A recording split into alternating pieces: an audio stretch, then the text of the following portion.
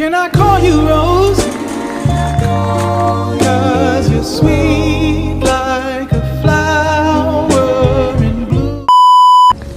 Halo, Kami, mahasiswa Universitas Islam Malang, Fakultas Pertanian, sebagai asisten pembantu penelitian proyek hibah Kemendikbudristek, yang akan mempersembahkan sebuah video yang akan kami tayangkan berikut ini. selamat menyaksikan. Assalamualaikum warahmatullahi wabarakatuh. Perkenalkan, saya Ibu Dr. Insinyur Anissa Lukaim sebagai ketua peneliti dari skema implementasi yang analisis pelajaran aturan respon dari pemberian dua residu tanaman berbeda kualitas pada dua musim tanaman sayuran organik. Penelitian ini dilatar belakangi karena perbedaan kualitas dari residu tanaman, di mana residu kualitas tinggi adalah berangkasan kedelai dan kualitas rendah adalah di rambutan. Kami ingin menganalisis bagaimana kecepatan mineralisasi dari kedua residu tanaman tersebut pada dua musim tanam sayuran sawi pakcoy. Pakcoy adalah jenis tanaman yang berasal dari famili Brassicaceae. Pakcoy merupakan sayuran yang mudah dibudidayakan serta populer di kalangan masyarakat. Berikut adalah tahapan-tahapan dalam proses penelitian. Yang pertama adalah pembuatan kompos dari berangkasan kedelai dan jerami padi. Dalam pembuatan kompos dari berangkasan kedelai dan jerami padi, diperlukan proses penjemuran untuk memudahkan dalam pencacahan. Kemudian, dicampurkan dengan EM4 sebagai starter. Lalu, ditumpuk secara berlapis. Tambahkan air secukupnya untuk menjaga kelembapan. Dalam beberapa minggu, kompos akan semakin halus, pertanda kompos sudah matang.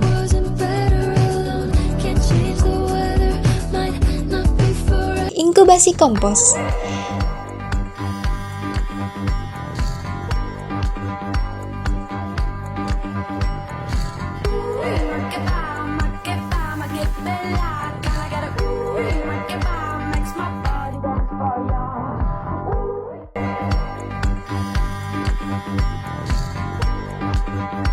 Tujuan dilakukan inkubasi kompos adalah untuk mengetahui mineralisasi N tidak tercuci yang tersedia dalam tanah.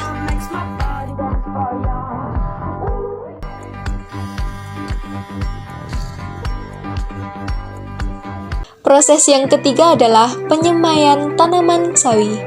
Menyiapkan benih sawi yang sehat, ditaburkan secara merata di atas media yang telah disiapkan. Tutup dengan lapisan tanah agar benih mendapatkan kelembapan yang cukup. Siram perlahan dan pastikan kelembapan tetap terjaga. Yang kelima adalah pindah tanam tanaman sawi. Tujuan dari dilakukannya penelitian ini adalah mengetahui pengaruh hasil dan pertumbuhan residu tanaman dengan indikator tanaman sayuran sawi pakcoy dengan musim tanam 1.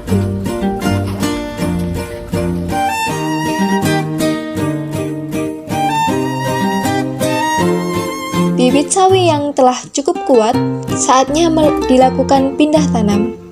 Memindahkan bibit sawi ke pot yang telah disiapkan dengan desain yang telah ditentukan. Tanam bibit sawi dengan hati-hati, lalu padatkan tanah sekitar akar. Siram setelah pemindahan untuk membantu adaptasi tanaman. Yang keenam adalah pengamatan tanaman setiap 5 hari sekali. Setelah proses pindah tanam, setiap 5 hari sekali dilakukan pengamatan secara rutin guna memeriksa pertumbuhan tanaman.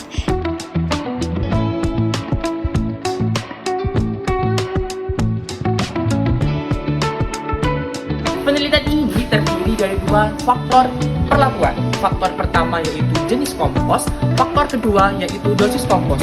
Dari dua faktor ini akan didapatkan 15 perlakuan utama yang akan diisikan dalam penelitian ini. Dan untuk parameter pengukuran dari penelitian ini yaitu ada 4. Yang pertama luas daun, yang kedua tinggi tanaman, yang ketiga jumlah daun, yang keempat yaitu klorofil. Serta tanda-tanda kekurangan nutrisi atau serangan hama. Dengan pemantauan yang rutin, kita bisa memastikan tanaman sawi tumbuh subur dan sehat hingga siap panen.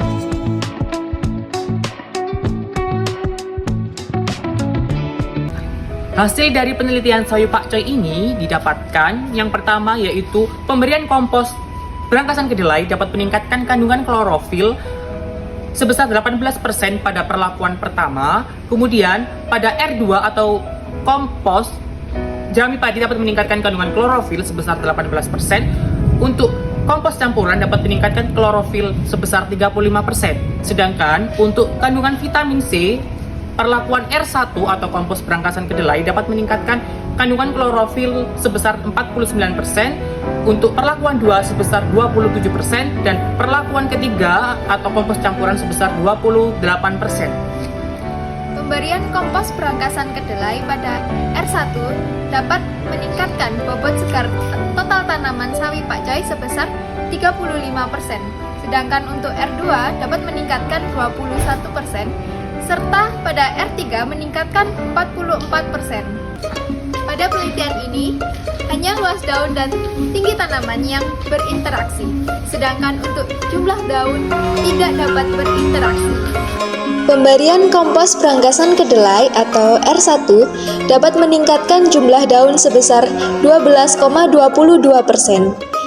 Kompos jerami padi atau R2 sebesar 9,57%. Dan kompos campuran atau R3 sebesar 12,77%. Pemberian kompos berangkasan kedelai R1 dapat meningkatkan luas daun sebesar 77,2%.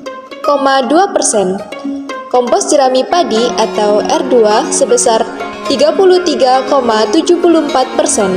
Serta kompos campuran R3 sebesar 69,79%. Hasil penelitian yang kami dapatkan bahwa pemberian berangkasan kedelai akan meningkatkan bobot segar tanaman sebesar 35%,